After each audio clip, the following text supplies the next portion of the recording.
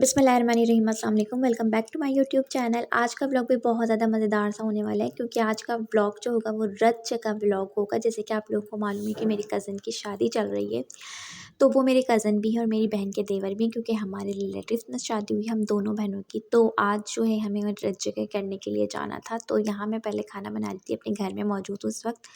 तो यहाँ मैं बना रही थी जी आलू कोफ्तों का सालन, और साथ में बनाना था आलू मटर का पुलाव। तो मैंने जल्दी वाला काम किया, मैंने सारा यानी कि मैंने रेडी कर लिया, दोनों चीज़ों को एक साथ ही लेकर चल रही थी मैं। और इस वजह से मैंने रेसिपी की तो वीडियो जो है बनाई नहीं थी, लेकिन मैंने जो क्लिप्स थोड़े बनाए थे ताकि मैं व्लॉग में एडिट कर सकूँ, वो मैं आपसे शेयर करूँ। तो देख सकते हैं आप लोग, यहाँ पर मैंने आलू कोफ्ते का सालन भी डन कर लिया था, और अभी देखें चावलों को भी मैंने डन करने वाली हूँ, मतलब कि मैंने चावल भी डाल दिए हैं। अब ये पकेंगे, उसके बाद ही हम जाएंगे। और इतना एक सीन हमारे साथ हो गया रज जगह में जाने के लिए, क्योंकि अचानक से ना पूरे मतलब कि जैसे ही सैटरडे का दिन स्टार्ट हुआ ना, तो ऐसा लग रहा था कि बारिश हो जाएगी। पूरा दिन मौसम बना रहा, लेकिन पूरा दिन बारिश हुई नहीं। लेकिन जैसे ही हमें रात के वक्त जाना था ना, तो फिर इतनी तेज़ बारिश स्टार्ट हो गई ना। कराची में वैसे तो बारिश का नामो निशान नहीं होता, लेकिन चूँकि हमें जाना था, तो आप लोग बिलीव नहीं करेंगे कि हम कितनी मुश्किलों से पहुँचे थे। और मतलब समझ ही नहीं आ रहा था कि हम पहुँच भी पाएँगे कि नहीं। सब पहुँच गए थे, हमारे सारे कज़न्स, रिलेटिव्स, मेरी अम्मी वाले भी। और जब हमें पता चला कि सब तो पहुँच गए और सब बहुत ज़्यादा एंजॉय कर रहे हैं वहाँ पे, हल्ला गुल्ला, तो बस हमें ये हो रहा था कि मेरी नंद को भी और मुझे भी, कि हम, क्योंकि हम सब आपस में कज़न्स हैं, तो बहुत ज़्यादा एंजॉय होता है। तो फिर हमने सोचा कि हम कैसे जाएँगे। अच्छा, मैंने तो पूरी उम्मीद छोड़ दी थी जाने की ना, लेकिन जो मेरी कज़न है ना, मतलब मेरी नंद भी है, कज़न भी है, तो मेरी छोटी सिस्टर इन लॉ, तो वो उनकी वजह से समझ लो कि हम पहुँचे थे। उसने हिम्मत नहीं हारी और मैंने अबाया पहन भी लिया, उतार भी दिया, मगर मेरी नंद ने बिल्कुल भी हिम्मत नहीं हारी, और उसी की बदौलत फिर हम फाइनली 1:30-2 बजे के करीब हम पहुँचे थे मेरी बहन के घर, अपनी यानी कि मेरी फूप्पी के घर, जहाँ पर अभी यहाँ पर आपको हल्ला गुल्ला दिख रहा होगा।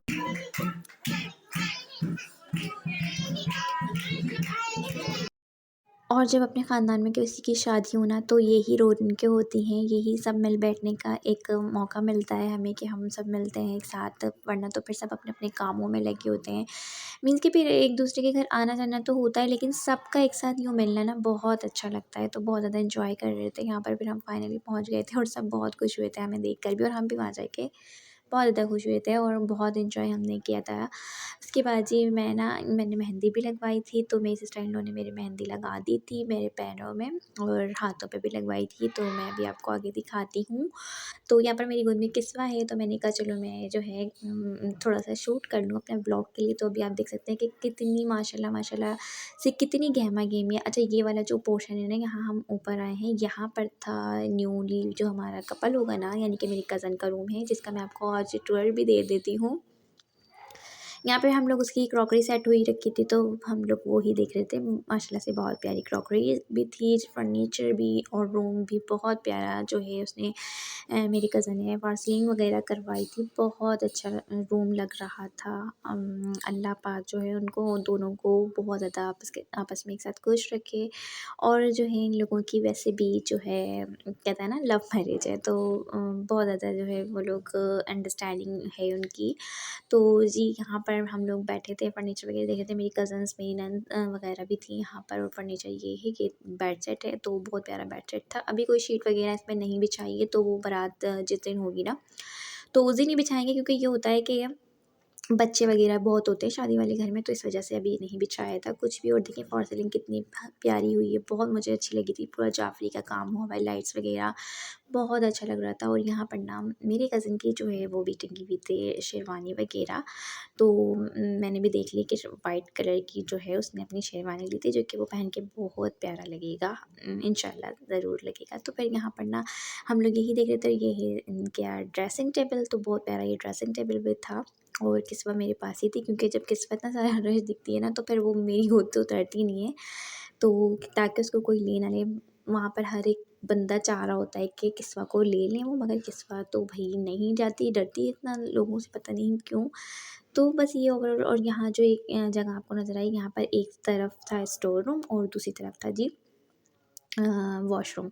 ये है पूरा कबर्ड इनका। और कबर्ड वगैरह तो वैसे ही होता है डिवाइडर और कबर्ड में, तो मैंने वो इतना ज़्यादा नहीं दिखाया, मगर फर्नीचर बहुत प्यारा था।